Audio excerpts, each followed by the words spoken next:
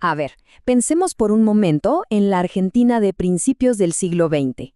Era una tierra de promesas, un imán para inmigrantes que buscaban un futuro mejor. Pero, bajo esa superficie de progreso, en el corazón de las ciudades se estaba cocinando una crisis silenciosa, oculta en los patios de las viviendas populares. Y para que nos hagamos una idea de la magnitud de esa crisis, no hay nada como escuchar a alguien que lo vio de frente. El doctor Eduardo Wilde, en 1885, lo describió con unas palabras que, la verdad, todavía hoy te ponen la piel de gallina. Esto no es solo una descripción, es casi una denuncia de las terribles condiciones en las que vivía la gente.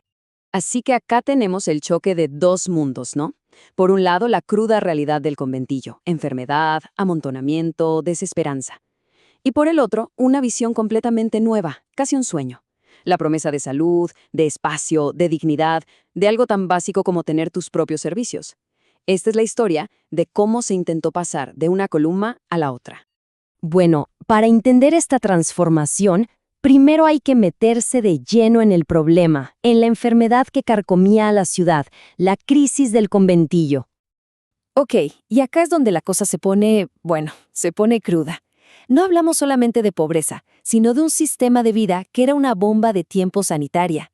Imaginemos una familia completa en una habitación de 4x4. El espacio por persona podía ser de apenas 1.6 metros cuadrados. Y ese cuartito era todo. Ahí dormían, comían, cocinaban y tiraban la basura. Y escuchen este dato que es brutal: las camas calientes. Una misma cama usada por 3 obreros en turnos rotativos. Con razón estos lugares eran el epicentro de epidemias terribles. Pero, como en toda buena historia, en medio del caos aparece una luz. Un médico que se dio cuenta de que la cura no estaba solo en las pastillas, sino en los ladrillos. Pasemos a conocer la receta del doctor, una idea que iba a cambiarlo todo.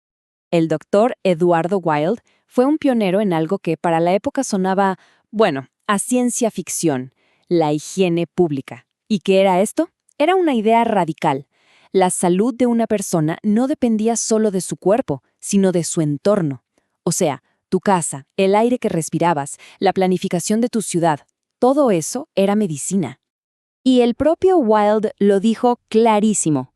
El punto clave es este: para él, la vivienda no era un tema privado, de cada uno, no. Era un problema de salud pública, y por lo tanto, una responsabilidad del Estado, una idea totalmente revolucionaria. Claro, una cosa es tener la idea, ¿no? Y otra, muy diferente, es hacerla realidad. ¿Cómo se pasó de la teoría a los hechos? Bueno, veamos el primer gran experimento que intentó poner en práctica esta receta: la mansión de obreros. Y para que tengamos una idea de la escala, no hablamos de un par de casitas. El proyecto planeaba 58 mansiones o unidades para familias dentro de un solo complejo. Un proyecto privado, pero con una ambición social enorme para su tiempo. Y esto de verdad que era una revolución. A ver, pensemos: cocina y baño privados para cada familia. Eso hoy nos parece obvio, pero en ese entonces era un lujo impensado. Tenían jardines, pasajes abiertos para que entrara el sol y corriera el aire. Y estaba hecha de materiales sólidos, no de chapa y madera como los conventillos. Hasta tenía farmacia y cooperativa adentro. Era como una ciudad en miniatura pensada para el bienestar. Y detrás de este proyecto de ladrillos hay una historia personal fascinante. El Dr. Wilde no llegó a verlo terminado, pero su esposa, Guillermina, tomó la posta. Ella fue la que lo impulsó y lo financió.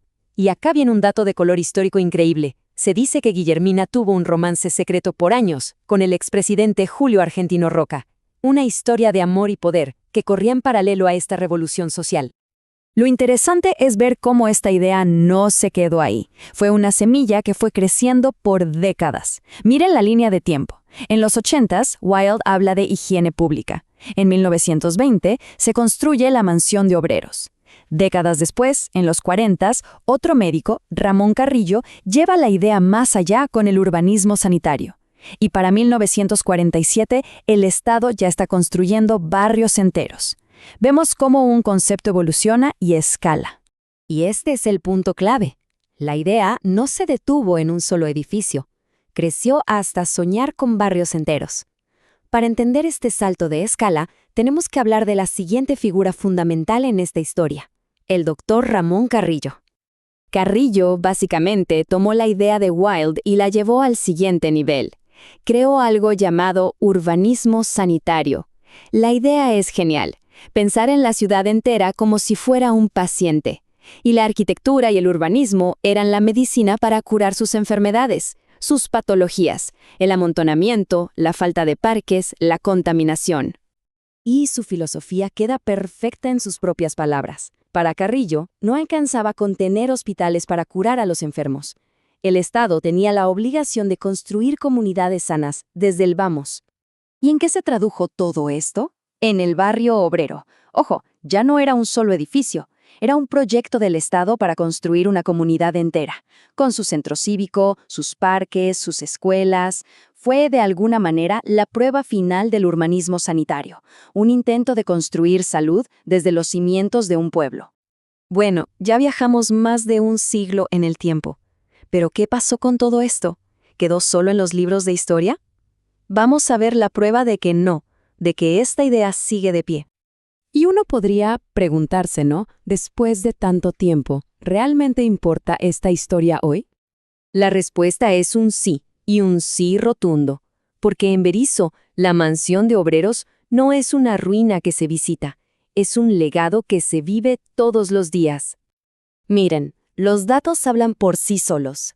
La mansión sigue llena de vida, con familias viviendo ahí. Se remodeló para su centenario en 2020.